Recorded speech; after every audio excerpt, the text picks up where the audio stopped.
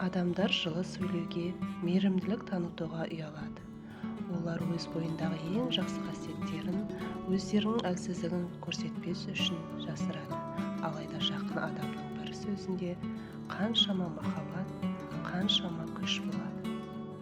Асылында ақ пейілмен айтылған сөздер адамның қорқынышын жойып, өзіне өзі қайта сенуге, өзін өзі жақсы көруге алып келеді.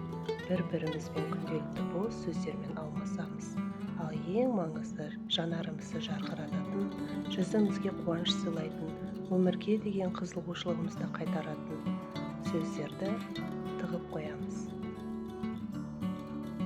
Өміріміздің барлық саласындағы қарым-қатынастар сөз арқылы жүзеге асады. Себебі жүрек пен тілдің арасында жол бар. Ойымызды жүйелеп, әр сөзімізді салмақтап, саралап сөйлеу арқылы өзіміздің ғана емес, өзгенің де жан сарайын ашуға, күш-қуат беруге мол мүмкіндігіміз бар.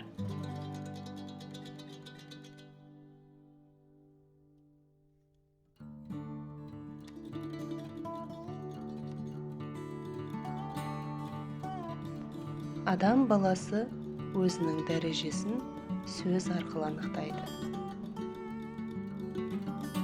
Шынында да балағат, келеңсіз сөздер айту арқылы адам жүрегі қатайып, дәрежесі түседі.